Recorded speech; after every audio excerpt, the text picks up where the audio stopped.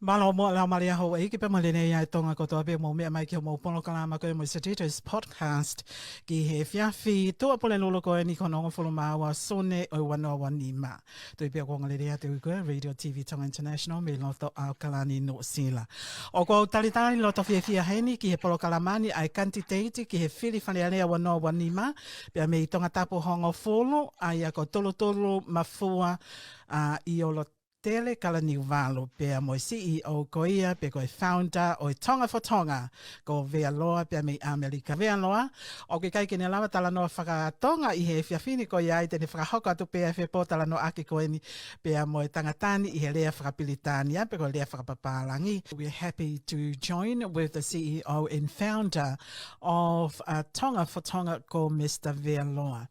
Well, we'll be discussing the party's vision for Tonga's future, its stance on key issues, and what it hopes to achieve in 50 years to come. Let's meet our guests and dive into the conversation.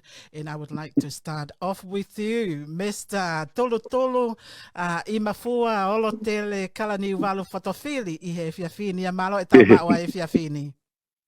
Malo tau mauga on si se tita. I-OLOTELE, thank you for having us. I'm excited to be with you. Te ukamata pe a me te koe tolo I MAFUA I he efiafini. Ke whakatala noa mai mua ki he uhinga. What inspired you ke kau mai ki he FILI FALEALEA ko ia atonga I he taoni? Pamalo pito se tita ki mua pato kamatawa ki ate whatapring ki o tua tai haa mai. O kwa whiu tau lotonga. Whatapring ki ene a whio. Tupou V1, le whare, taini kuini. Ki he Princess Kalauni. Whatapring ki he taini Princess Pure. Tapring ki a Princess Iata, peka Princess KANITITEITI. Whatapring ki he Hamatapure. Whatakilotu. Pai ata mua e motuani ke whahokata ki talatala noa I he amana koin ke whai e tau FILI FALEALEA I he Novema o e tau ni pēr ku ke whia pite motuani ke whahewahi atu e ngahi whotutu pa whamalo ni e se tita ai ho reach out mai ki ke motuani pepe ke Tonga for Tonga ke whaha po talatala noa ke ngahi whotutu kotoa pe ai e motuani. Teu ki lawe si beka tau hoka pe ko sio pe na tau ta no ke tau whinga pe ki lalo pe hoa taha tau poro kalama. Ko e ngai whotutu kotoa pe o ku na e o sio e motuani ki he sio pe ke wahenga whika hongo furu. O ku ko whia tokoni. O kai ke pehe ia ko ku nofo au pe ni ko lere iau. Ka ko whia tokoni pe e motuani ki he wahenga. I TONGATAPU fulu ke ngai kotutu ngaue. Ka koe visoni koe ni e se tita na kai ke pe ke tupu koso hake pe. Na iei ai Palani ngaue pe ba ngai kotutu. Ka ke aho no wawakai ba ngai savea. Ka koe lawa ni koe ta wene e tolu. Ai sio motuani pe pehe pe ki ha Tonga for Tonga. Ai ke kua vea lo. Ke ngai whotutu ko hae ai ngaue te maurawa o whahoko koe I he wahenga whika hongo furu. Pea ku ia e ngahi tāpuaki o mai o I ngā ke lawa tokoni ke wahenga. Pea kai ko ia pe e se tita e lawa pe malawa pe ki he tokoni o kai ko e wahenga whika hongo furu pe ka koe lawa ki tokoni ki tongani katoa pe. Pea kai kamata ngahi whotutu ki he wahenga whika hongo furu. O inga pe ki he ngahi ngaue o kwa mana ki whahoko. Pape te u kata pehe kato ki a peha whetu pehui. Pea mo ngai whotutu. Koe, ka koe mui koe ai motuani koe ki he ngai whotutu ngā ulahi. O broad ai ngai whotutu ngā ue. Ka mau mui pe I he tō folofola e ne a whio. I whaava koe ai wharearea e he wafi wataha. Pea mapena o ngā senea ki whiwhoi video. Sio e tonga ke mau kamata pe I he fo I tamua ngau e wha. E whi tamua ngau e wha he wape wanima ko e mui o pipe ki he tō folofola ko e ne afio. Ko e tō folofola ko e ne afio ne lawe ai tō folofola ko e ne afio ko e ako, ko e langa fonua, langa fklakalaka, ko e whai tō kona tapu, pia pehe pe ka ngai fotutu ngaue ko sio ki he fonua ki he whaha tokoni ki he ngai panga hu mai. Whai pe sio ki ai ka koe ngata pe ka toke pia whehu e la pe ki Italia malo. Ko whai palani ngaue na e wha o ko kehanga o mai, ko palani ngaue ki Tongatapu ngofulu I he wanoa ua nima. Kai ke, ko e tau folofola ko e Tama Tu'i I he wanoa ua taha, ko loto pe ke uhanga ta I atu ka te motolo ke mau ha whakatoka lelei e tau polokalama ko e he efiafi. Here we go. O kui kai whakawhia maari e kai ke whakahoko e he whareni hanga aue. Hiri ai ngahi palomesi mo e tari I he huwhi o e FALEALEA I he tau takitaha. Ko e tau kotoa, o tataki atu e tokanga, ki e ngahi makatuunga e tolu. Ko e moi le rei, hako, mo e tuunga whakaikano mika o e whonua. Ka ko e tau kotoa, ko e tari tatau pe, ka I kai ki e iai hangao e makehe e whakahoko. Ki muini mai, na tataki atu e tokanga, ki he pore whakalirifu e whai tō kona tapu. Ka kua mai o ksisi, pe o te eki ke iai ha inasi e wahe I makehe e he whareni, pe koe pure anga, ke whakawhepaki I aki, ai pore whai ngata a koe ni. O totonu, ke whakamuamua heni ai pot ngā e polisi, mo e ngahi wā, o knau whenga e aki whakataha. Ko fuoloa tau, ko e tokolahi o kau whakafofonga, o kau wai ai nihi he whareni, o nau tau mua aki, ai FILI ke he whare, ai ka veinga o e whaitotonu. Ko e wherewa e ngahi whakamatala ngaue whakatau, ai kau minista. Tō folofola e ne awhio I he huwhi FALEALEA wanoa wataha. Pea o ko mahu inga foki ai whakatokanga ko mauhanga o whakatoka aki ai palani ngaue o ko mau whakahoko. Again, o ko ke ngaue whakataha pea mo Tonga for Tonga. E velo o ko mahu inga au pito a ho kau mai ki he polokalama ko ni because you are the CEO and founder of Tonga for Tonga's. How did you two meet? And also what inspired you to start your own political movement in Tonga, and what's your vision and mission for the country's future? Perfect. Well, thank you for your time today. And before I get started, I also want to thank our God above. He is the true puppeteer in all of our actions. And so give all glory to God. But what I do professionally is I'm a social economic developer. And I came back to Tonga. I'm a dual citizen. I was adopted to a Palani family when I was just a baby. And I got educated in the United States. And a year and a half ago, I decided I'm going to move back home. And so I went back home and I started enjoying the life there in Tonga. And I met Tulu over there, and we started to compare notes. And he started asking me questions. And a lot of the questions that he asked were, what can we do with education that you may have learned overseas to help make the people of Tonga's lives better? And so I started to make a list, and I said, well, you know, the world teaches certain areas in economics and development that if you instill this, and this, you can have positive results to help bring about the development of countries from third world into first or second world. And so it kind of just grew into a list of do's. And what we found was that everything that was on this list is very doable. And so we started to say, okay, well, what do we need to start with right now? And what can we start with right now based on our abilities? And we just went to work. And it kind of grew into the level that it has now, to where we want to start to have influence in the government sector And I kind of said, Tulu, it's time for you to step up, and we as a movement will be there to help support you and work with you, and it's time to make your voice heard. And so that's kind of how we collaborated to bring all these exciting things together. And as a social economic developer, you have a lot of contacts, people around the world, from investors to think tanks to, ambassadors and alliances. And so I just started to put together a list of, okay, these are the needs and these are the things that we need to accomplish. And we've really, we're lucky and fortunate enough that we were able to start right away. We didn't wait until the election. We went to work now.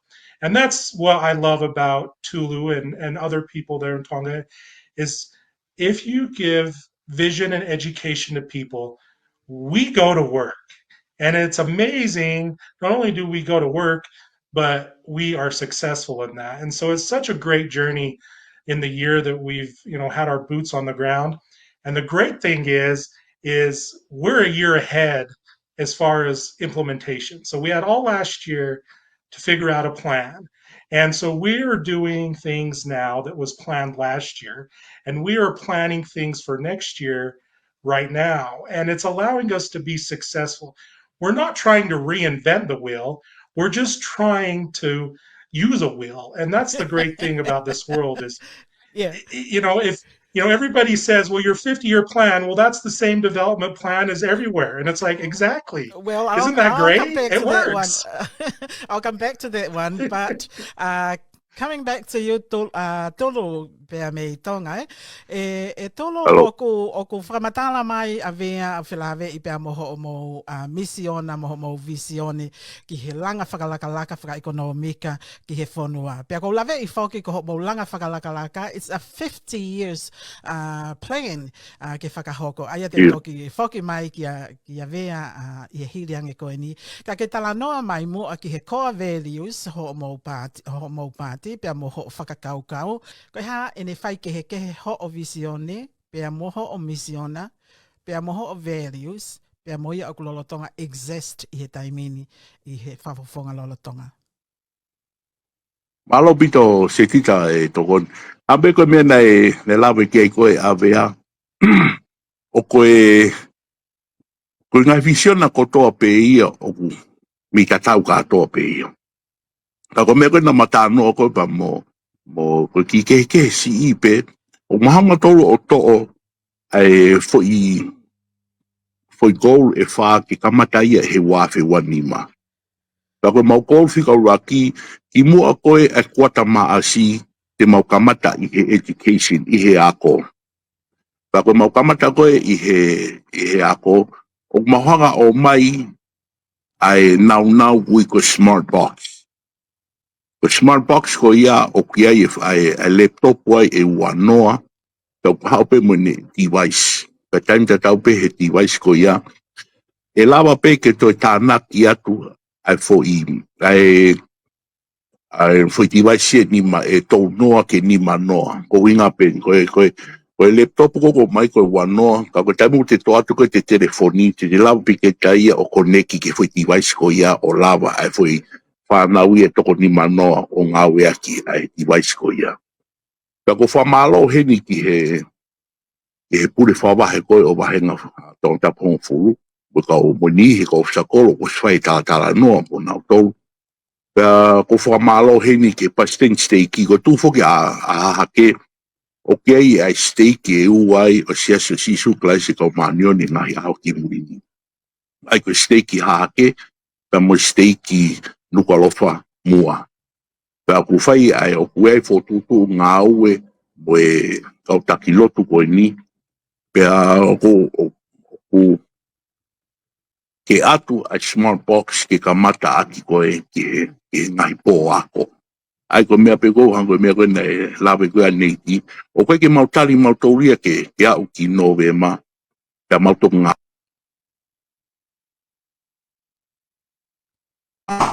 Tonga. O koe hae mea koe te maulawa koe o whahoko he kai mini. I he wawe taha. Koe mau mea ia koe te mau hanga whai. Ai koe tau pepe. Mau action first. Ka toki hoko. Hange pe koe nau ke mea I pe se tita, okay, mo 50-year plan. Ka mohanga tuku 50-year plan ki ta whaaki, e toki lawa kia nei, ka mohanga to o mai, o mui ofi, ke tō folofola koe e ne afio. Ai koe, ka paupena tau, na mō mea ki he tō folofola koe e ne afio, nei foi mea wha, e tōlu ai, e wha whamone more. Koe mou I le rei, koe a ko, koe tūnga wha ekonomika koe ai whakonua, pe ke tau I e whai tōko na tapu. Pea koe mau kehe koe, mai mo e kim, o koe ke wha kehe koe, Palani ngaue kotoa pe, ai ni, koe he wahinga whikong fulu, o kui loto katoa pe, ka koutu pe maha koe kehe pe, o ku mau action mau tole kai min. O koe ke mau tari mau tole ke tau fō. Pea koe kuata maa asi hange pe koe, mau kamata he ako, pea koe si asi holo ai smart box ia ke ave holo he po ako. Pea koe moni te, ko whamalo heni ki he tiutalahi koe a mounga orive. I he moni te, I he taha, o ke aku appointmenti, mo e tiutalahi koe a mounga orive, a pia koe kolonga, ke mau aru ke mau discuss, hangahi mea e lawa ke tokonia te smart box, kia nau tau ko inga koe whanau ako. E koe inga o ku mau mo mea I pe, ka inga whonua, ka kai whonua, o manaki o si kamata u CV, pea o te teo ke kamata e u CV koe uapi ako ki he tauni, midterm. Pea mau fia au pito ke ate mau smart box ke tokoni atu ki he ako koe whanau. Malo. Koe smart box, koe Koe smart tupu, box. iyo, koe ne kehe ia pea mo e whangaki I computer koe ni o ko peko laptops o ngā ke taimini, he malawa pe he smart box, can you provide a internet, is that true? Koia. Ka pau pe o ku nau sifo pe o ki ai nihi ku nau ku mai pe ki pesi koe koe TULUTULU KALANIUVALUE senior. Ata pe he motuania pesi ke nau browse ai. E ko hanga pe koe pesi ko ia ko hanga tuake ai ngai fotutu ngaue kotoa pe ai tonga for tonga I he whahoko koe he wafi wanima. Koe, o mahino pe koe tonga for tonga o kune hanga o back you up pe ako ke tuaka Koia. fo ke ai tonga for tonga he mahino au pita pe mahino pe moho o whakamata la ako mo kamata I he ako ko ngahi mea fokia na toka ngaki ai to folofola ni afio ke toka ngai ke to hiki I ai ako ki olunga ako ke pehe ko ho mo provide ko ia ai smart box tene hanga hiki I ai to unga ako ko ia na e uhinga ki ai ene afio I ene tō folofola? Uraki pe e se tita io. Pe ua pe ki ai se tita tupe mua ki mii te taha koe ni ki whaita ki tala noa tua. Please do. O hinga uhinga koe na e fofo ai koe ai whakaukau motu anu. Mahalpe mo mea I pe ai wharekai hi fo. Ai koe ni hala one way, ai ngō tuko tai mini hi fo. Nei, ai ki whare uine koe catalyst I mui pe koe I Princess Katolika. E kei tuu koni koe ai ki whare computer koe ni I he ni. Na ulere atu, e ko mea nia tau ni ma mea ai. Na ulere atu ko ai ke printi e ku ki mehe nai palparema o ku printer. Pa tango na ulere atu ki ai, o ki ai motua me I hahake. Ko motua me I hahake, o ku tuu pehe a koe katolika whai ni iwhia. Pa o alato, o mamahele pe mo tō taha koe ni. Alato tala noa mo ia, o pehe atu. Koe laini ne me hoko hongo fulu po uri se tika. Pea kou tala noa koe momotua kou pe atu. Pea koe hea mea ku asi tua po pe hea kou ilo foke ne mai mi hake. Koe tala noa koe he motua ni koe no pe hea. Oku hau kou whanau o nau loto I he whare computer list. Koe na hao whenga ke print na o ngahi ho boeka mo gei na o ngahi project o kwai ke ai. E kou hinga mahao mi hake o koe ke whare print ia pe he I hake. Taku ta ngari tama ta makita ta no ko motua ko ta no ko motua to lo ke silo ipe mau dere mai mi ha ke o mau a he ni ma fa fa me mau ka leka o ke mau ma he mai he ha fitu ke fitu e ka parte mau ma he mai fitu o sto mu no to ke ako Pa koe taimini e foki, to foki pe hongo fulu, e ko hinga, e pau ke maunofo mautoi koloni, e whakakato e ngahi mea koni, e ngahi whemau koni whanau ke nau ngahi ako, e ukai ki aha, whare print ia po whare computer pe he i aha. Ka kono whanuno koe tā noa si tita, o fōrewa o waka, o whakakau, ko hea mea ti ulawa tokoni ke he wāhinga. Ka oua hake ka lawa pe o atu pe e nau ngahi whemau ia nau tō. Ka koutu i lahi koe e motua nia, e tokoni lahi ai smart boss ke raki pe, ke tokoni ke nau wako, pe aua ki ai, e lawa ke whasisia e whakamore koe e ngai whamiri. Ke nau hao ki koloni, ke o te nahanga peki toi lawa ke whakaloaloa e whakamore koe e pensini, pa moe taimi hao ki koloni ka koe mea koe na whakakau koe ki ai koe pa mo vea lo, ko tonga for tonga, whewheka mau ave mea ki Tongatapu fu, ka o te nau hela ia mai. Malo. Malo au pita ho clarify mai e tawhaaki ko ia. Kai ke te whoki mai ki a vea loa ki Amerika, ko hiko na tawhaaki ko eni o e langa whaka ekonomika. Vea, interesting e ngai whakamatala koe ko o mai e tolutulu i he fiafini. Ka koe hiko tau tawhaaki whaka ekonomika, that's where you can elaborate. So I would like to ask you this question. How do you plan to boost Tonga's economy and create more job opportunities for its citizens? Yeah, that's a fantastic question. So the great thing about the world of physics is you can't get blood from a coconut. You can squeeze as much as you want, but at the end of the day, if you don't have the right process in place and the right ingredients in place, you're never going to be successful. So some of the ideas that we're working with right now, Tulu talked a lot about education, and I think Nelson Mandela said that it's the strongest weapon to change the world. Well, the great thing is we're not trying to change the world, we're just trying to change the kingdom for the better. So we've got to produce. And one of the greatest things that we can do as Tongans to produce is look at what we do. And the majority of us are connected to a farm and some form of agriculture. So one of the things that we are focusing on this year with education and affordable housing is cash crops.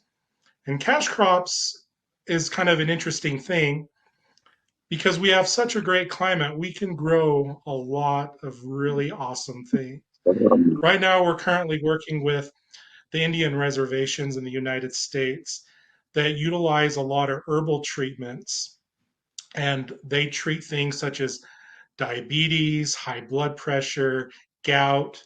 They're brown skins just like we Tongans, and so they have very similar DNAs. So the cash crops that we're trying to work with the department and the minister and CEO of agriculture are areas that will not only benefit us by creating more jobs, but we're able to get our products that, if we're successful to grow in Tonga, marketed around the world that will help not only our health, but the health of other people that suffer from such ailments. So we're kind of taking the whole create jobs to a level that is easy for us to adapt to right now. Now, year 35, when we're doing some geothermal on the ring of fire and creating electricity, that's down the line. But right now, we're going to keep it simple and we're going to keep it achievable, and that's where we're going to be successful.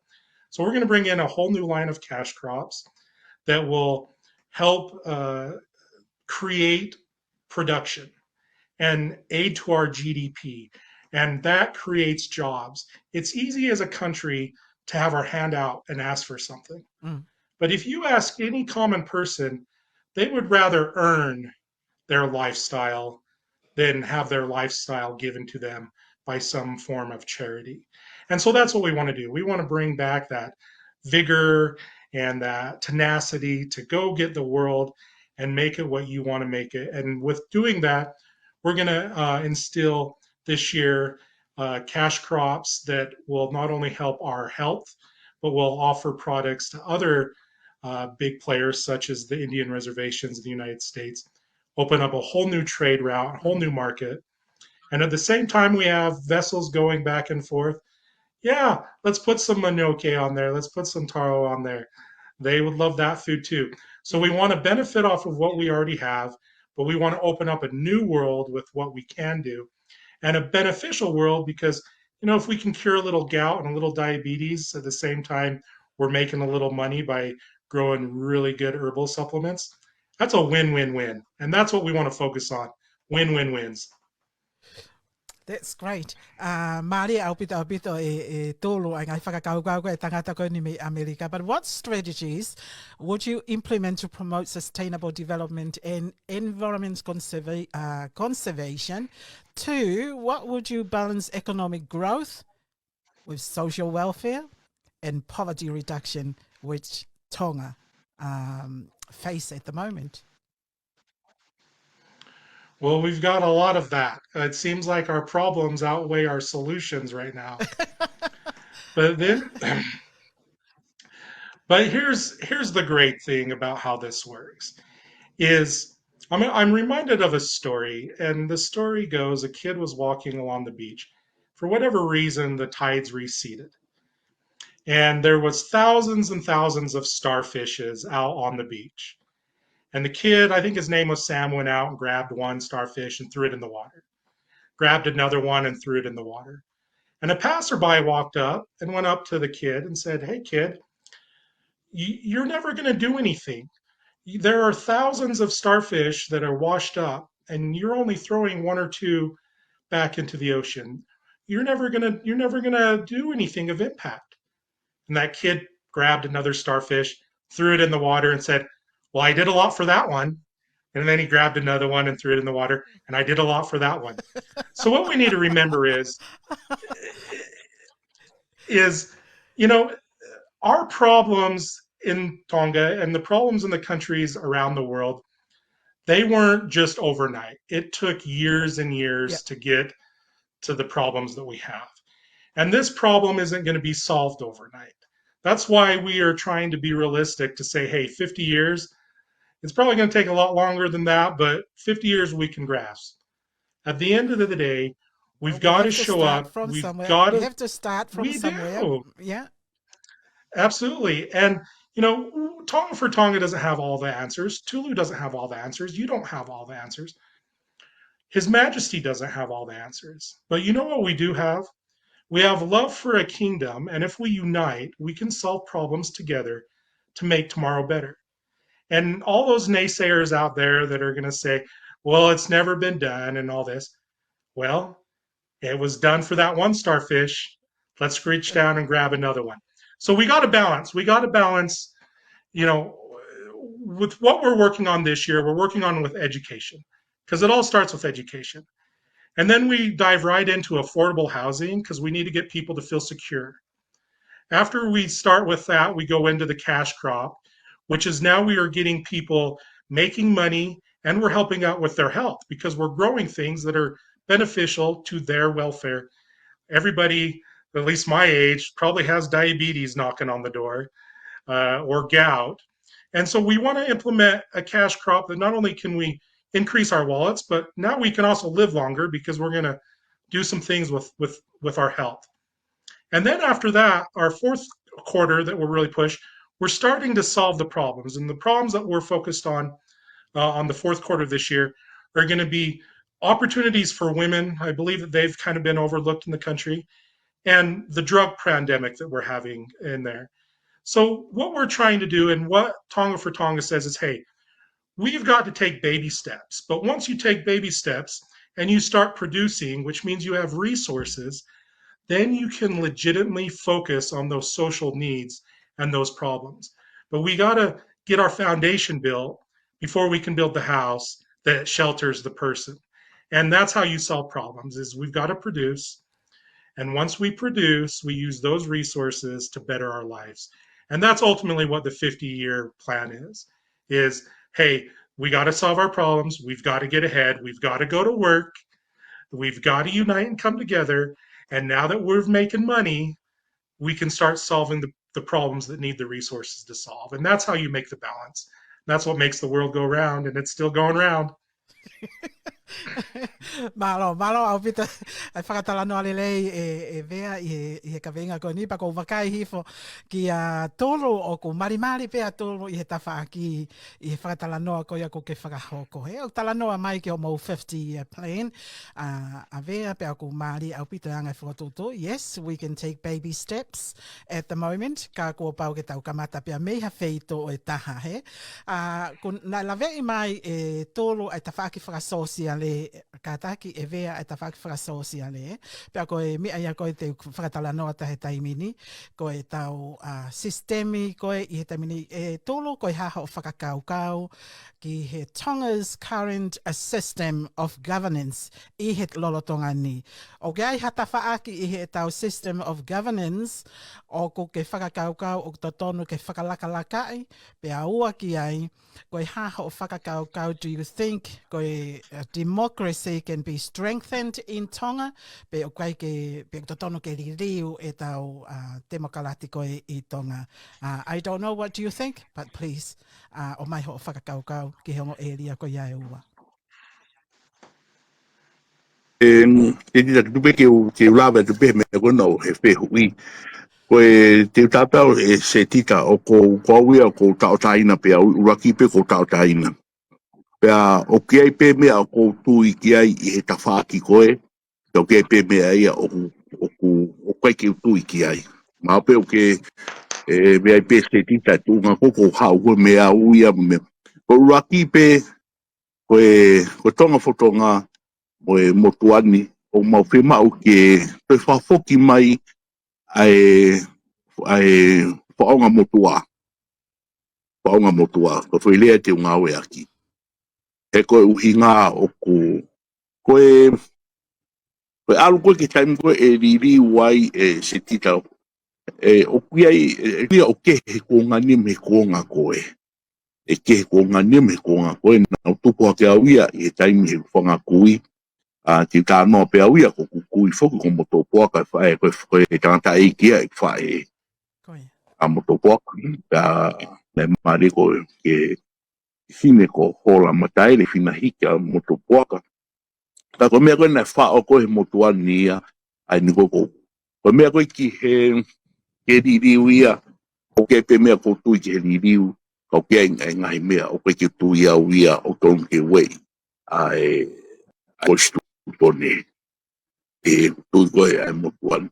Ta ko mea ko o ku maapeu ke mea i pe se tita koe ngahi talanga kotoa pe o whai koe i tonga ni o koe ki nofo pe ma asia ki ai koe tonga. E asia ki o halai o tonga. Koe tu ngā maua ia koe hame e lere ia koe whonua i he lere at koe ni. Aka toka hoko liriu ia koe mea ke heke i ulawa uia pure e mea koe ia. Toka hoko iki a mui liriu. Ka ku whamalo a piti kau palo pesa kau toke tā mai foto tu ngaue i tau ki whonua ka kou tui wa aku ia. Sai pei tau nofo mea kou tau ia i koe taimini i tātou ko. Ka toke ai pe ririu ia, toke ai pe ririu ka koe mea koe o ko matui mau ki ai pa mo vea lo tonga for tonga. E whai e whewhusi aki e kai ke we ain't gonna get nowhere without he taimu tau whewhusi aki ai. E kai ke whaha alu ka whetu. Tanga be kona o ke whanombe ke mea pe tanga noa ko a nei lo. O stongi whamu tau kamata tau tō ria. Ka aua whafofa pe ngai Palani ngaue. Pea osko ia, pa kai ke whaha ngaue ki ai. O stongi whaha kamata ia. Ka koutui koe a aku se tita. O ku whafofa pe a tunga ko. Iai koe a taimini koe a tau koustu tone. Koe tau fotutu koe tau pureanga. Maku i toko ni peti o la whahoko atu malo. Malo au pito e tolo e. Ne tala mai he tau taha ka te au e tolo i he a honi i he kuhanga tuwaki mai tau polo kalama. O tatono pea ke oa te o mai hatahai au ko kai ke tui ki he te mokalate. Ko tanga, no, everybody, this program is open for any candidates. O ko whakaamo ke humai o run, ke ni hoko ko hawhafonga hono wāhenga, ke o mai e ne whakakaukau. Pea ko fia au pito au, he o mai ai whakakaukau ko toa pe o toko mai ke te pire o talanoa. Wheme au ko ke tui ki ai, ko wheme au kai ke tui ki ai, it is okay. Ko poini I he polokalama ko ni o e podcast ko ni ko o mai e tau ngahi whakakaukau. Tui gai pe ko tui gai pe kai, it doesn't matter. O mauinga pe o mai a ho Tita, whakakaukau. e vilava pe time ko ni Love it, man. he ki mana tui. Tata whamore more. E ko he mana tui. Ko mo toni foki na talo ko tupu hakina I was raised in I America. Na o tupu hake au I America. Go yeah. Pea, te whanga pe o tō hake. Ko tau ke te sisi ko I au o nofo tōreiki. O swatau ni api. Tau ke te si. Swatau ni api. Ko hai tau ke te Iyo, si. ai ko okay, my younger brother. Younger brother. Ko te hina. Iyo, ko te hina, iyo, te hina. Hango urau, te ki toki iro pena o tupua ki Amerika. Ai ko te hina si se tita o nofo I Amerika. Mo tuku hine, panga toko ua. Katoa ni ko ni o api no o whakatau. Ka oku nau ki to tongi pena o tō ria land tax. Yeah. Pea kai ko ia pe ia ko iyo ta ko oku matufu ke tau tofu ni tonga ni o tupa ta to tonga mai kere ke tau ina si ai ta ko ke te pure I hata haia pa ko tau fia o ko ke tau o ke tau kere ke tau nofo ai o muri o ke o silo pe ko ia se tita mo nofo New Zealand nofo I Australia nofo I America o ko ngai mea pe ko ki tui ko ki ai ta ko hinga meu ke pe ngai mea ke liriu ta ko fafo pito ko fia pito he ngahi ko nga toko ua o mau tala noa o ko mau tui ke ta ko si pe mau fia pe mau tolu ko ki ko tui ka na tolu ko ke me ko ki tui ki ai ko he ka taimi fa ia ha liriu fa te mokalate te tātia, ko ki mea ko mau more katoa ia. E more katoa ki mea ko mau hango tau pe ko kere. I pore tau noa ko foki mai he lao. I e kai walu o foki mai lao. Ki u pahoko e ku mai whatongia. Pea mo e ngahi mea ke peka I te ula pe o lawe ki ai. Ka koe umea ia koe ka hatai mu tau riri wai. Peki utoe ia o intairo aku ia. Peti to tongi ko hau pe ia he tax land mo ngai mea ke o au pe ke mate. Malo. Malo au pito e tolu o ko ke lave mai ke he uhinga ko ia ko ke pehe ai ko ke fie mari e pe I he tonga ko tau iai he taimini. Tonga ko tau iai he taimini o ko tau I he what would we call it? Ko e constitutional monarchy I he taimini. I he tonga ko iau ke fie mari e pe he tawhaki ko ia neongo ko constitutional monarchy ko hono elito ko te mokalati a ko a tonga taimini. Au ko tau constitutional monarchy.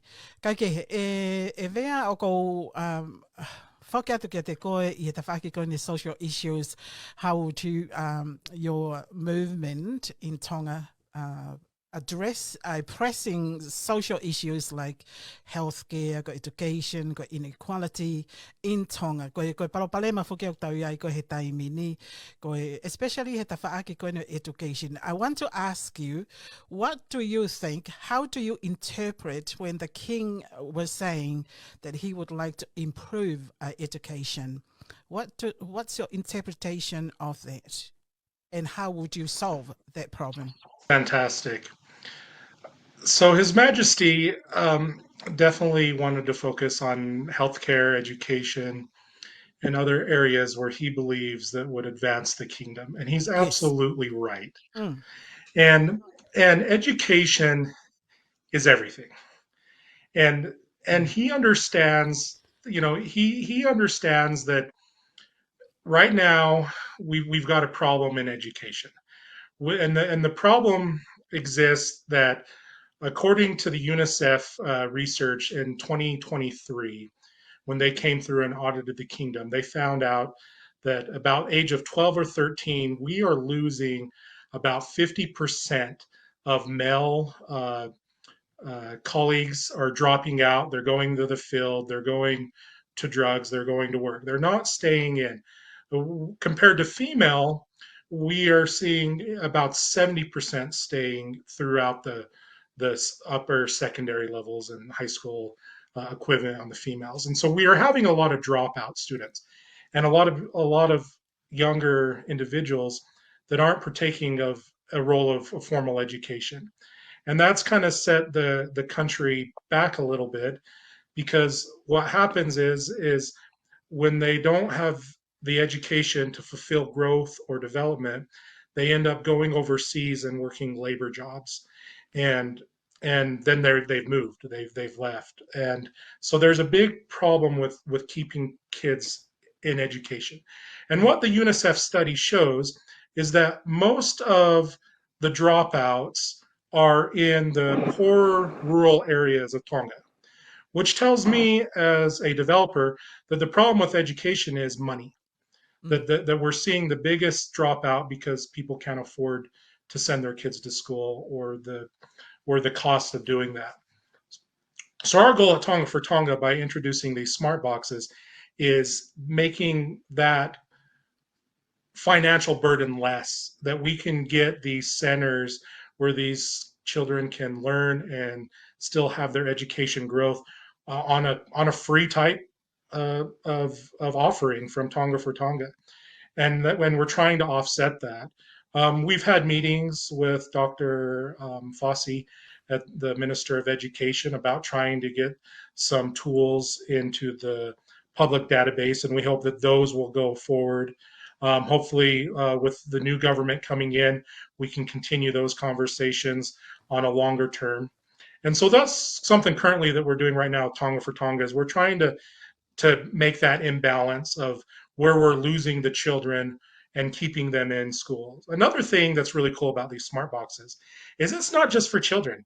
There are some really awesome tools about how to make the farmer better, the fisherman better, adult style, collegiate style, university tools in this, that we can offer classes for adults that are trying to reinvent themselves and become more educated to be able to get a better career or a job. Healthcare, that's a big one. The great thing about healthcare is I'm directly involved in other countries with a lot of modalities in healthcare, one of them being diabetes. And what we're working on right now is I've got a group of people, and we've met with Dr. Anna, the Ministry of Health, and she told us that 70 to 80% of the mortality rate in Tonga is attributed to type 1 or type 2 diabetes. And so education and health kind of go hand in hand, because type 2 diabetes is a lifestyle and a genetic issue. And so we can use education hand in hand with healthcare, with our cash crops and our elements, to educate that we've got to change our diet. And I'm the first one that I'm preaching to the choir here, because I'm a big guy and I'm a type 2 diabetic, and at the end of the day I've got to change my diet. So we're all in this boat together. Yeah. But if 80%, 70 to 80% of our death is tied back to type 2, type 1 diabetes, that's a pandemic. That's a huge pandemic. And so Tonga for Tonga is doing a lot of things with RFK, the new Minister of Health in the US, and we're trying to get some modalities that are going to be launched out there. We've also worked with some of our affiliate partners. We've got some investors from London that are looking to bring modular hospital clinics. I think the first one lands in September. I don't want to overspeak for them because it's a different group, but we're trying to get some modular clinics that we can get out into the surrounding areas. And then we want to continue to work with the Minister of Health as she tackles more responsibilities, so that we can bring the best technology to Tonga and actually help create Tonga as a hub. A lot of people go to other countries for healthcare. But if we can make Tonga a central hub and bring those services and have them offered in Tonga, we believe that we can attract other countries to come to Tonga, which brings more money to Tonga, which brings tourism eventually to Tonga, which brings visitors to Tonga.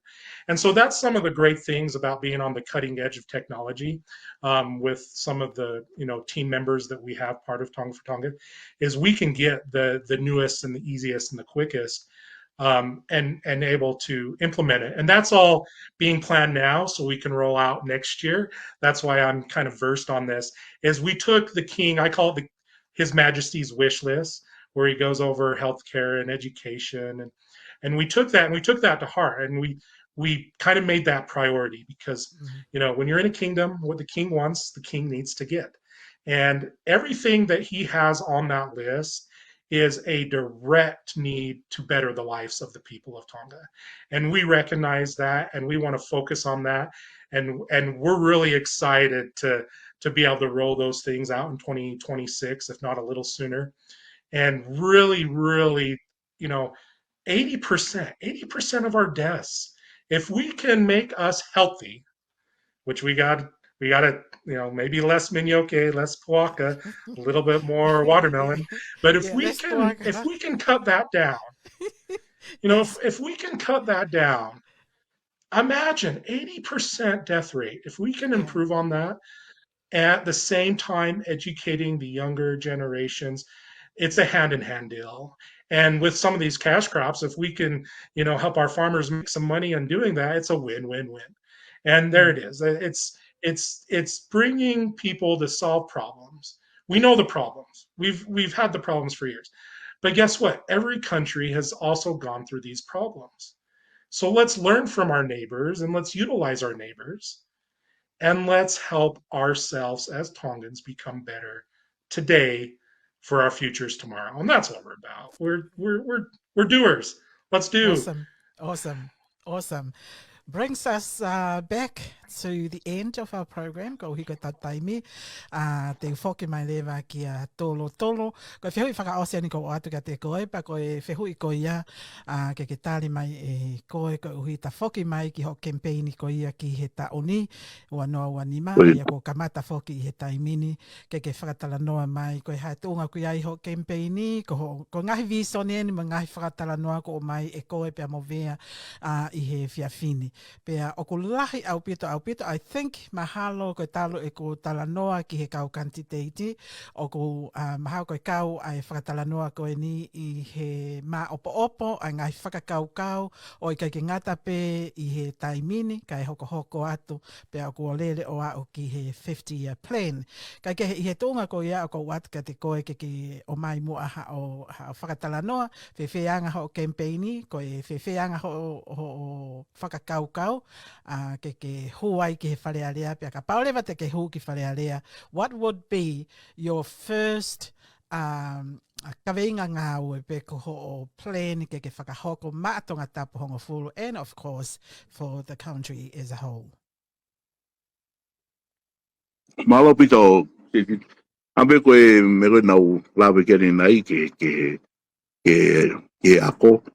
Ke wampa te toa ke pe ki konga ai tō folofola koe e me afio ai tūnga whaka-ekonomika e whonua. E koe mea ia o ku nofo pe ia he whakaukau koa a mautoru koe motuani, tau te whito ke motuani pea moe tonga for tonga e ako pe motunga whawhonua. E koe nipa o silawe pe maoi ki ai pea koe whai vitio ko ni o ku wako sio tōlo au ia ai he aho. E koe ngā, koe tēmu ko sio tōlo ko he aho e whai vitio ko ni koe tō wholofola koe me awhio. No hanga o ku hanga he ngahi mama o ku wā mai ke he motuani ke sio koe ke he wāhenga. Ka ku angpe koe lawe koe whonga e tāte maulawa o tokoni ke he. Tau te whito ke he wāhenga koe a koe. Pea tunga hoko koe, tunga whaka e mika koe e whanua, mahanga mai koe catch crop. Pea te ulawe no peke catch crop, koe catch crop ia o ku e au ia o tau tolu. E ono tō koe catch crop. Ka koe taimta tau pe o malotonga kumi, ai maketi ki he manioke pe pehe ki he talo pa mo e lose ke whetuko tia I he taimini he koe mea kouku ku I he wahenga taimini. I whatata pēng. Koe tū koe e wahenga whikahonga fulu. Koe tōlahi koe ape koe population koe a tōngatapu honga fulu whiunga mo e whitua whetupu. Koe whitua whetupu ko ia e tōlahi koe e toko whitua whetupu ia. Koe peseti sisi api tōka kau ngāo whakapureanga. Koe lahi taha ai koe ngaue, pe hoko pe ngaue, pe tautai. Pe koe nihi koniko o kunau ngā whakapureanga, o kunau tau ngaue pe mo nau tō ia. Pe koe inga meu mauhanga ko o whai koe whakaukau koe ke koe o tūtū koe ke sio koe ki tōkanga. Pe koe tū pe mahalo e ao ngai ki ngai wāhenga ke te maulawa e tonga for tonga ia. O koe monia se tita o kia e ngahi mea ia he tonga for tonga o te ke malawe mao ki ai ke lava ke tokoni ki tau whonua. Ka koe ngahi mea koe ni e cash crop koe a ko education mo ngai whotūtū ke e lava tokoni ia ke tau ke mau wāhenga. Pika hong fulu pe a kai ko ia pe o sia I ni he ngahi wāhenga ke he unau. O te whanongo pe nau tau he mau tala noa he malai o tā noa. Pe a nau kore mai ke nau tau mung o nau tau. Ka ko talang pe ke tupe ke tau lotua pe a kamata ngai whotutu. Pe koe lawe ni nai. We're going to take baby steps ke whai mo whakahoko. Pe e alu pe expand ni atu ke ngahi. Ngahi wāhenga ke kuau ke tuungai.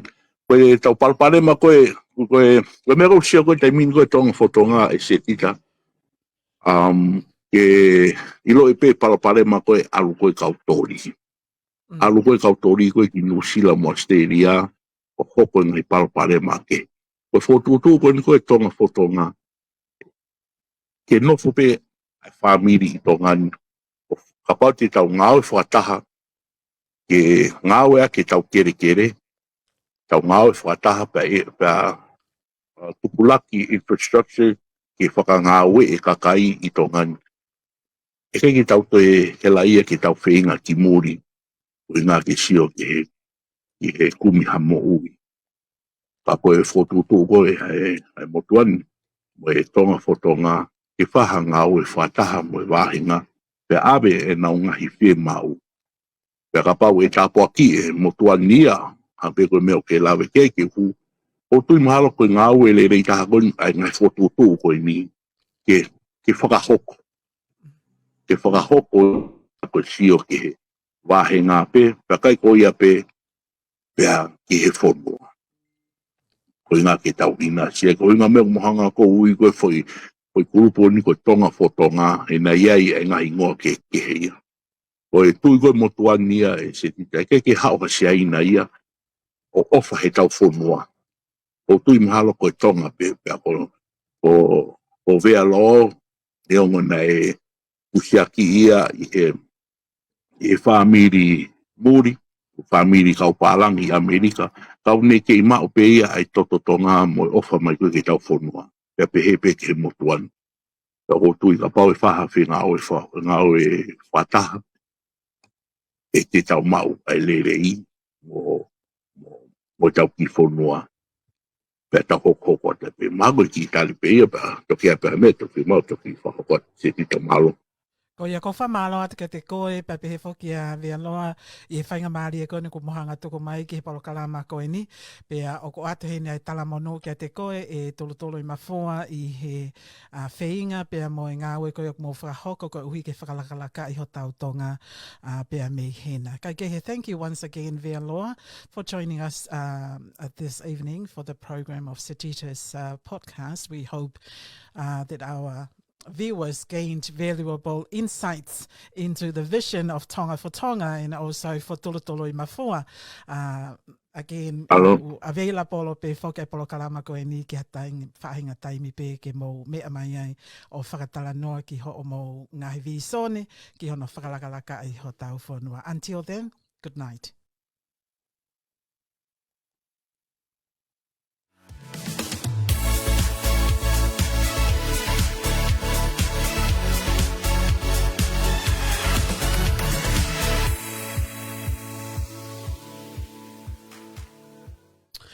Ko e ngatanga i ngai polo kalama ko o atu ma teki mo tolu I he efiafini o ki e whoke ngai polo kalama ki o atu ia I he fiafi a pongi pongi.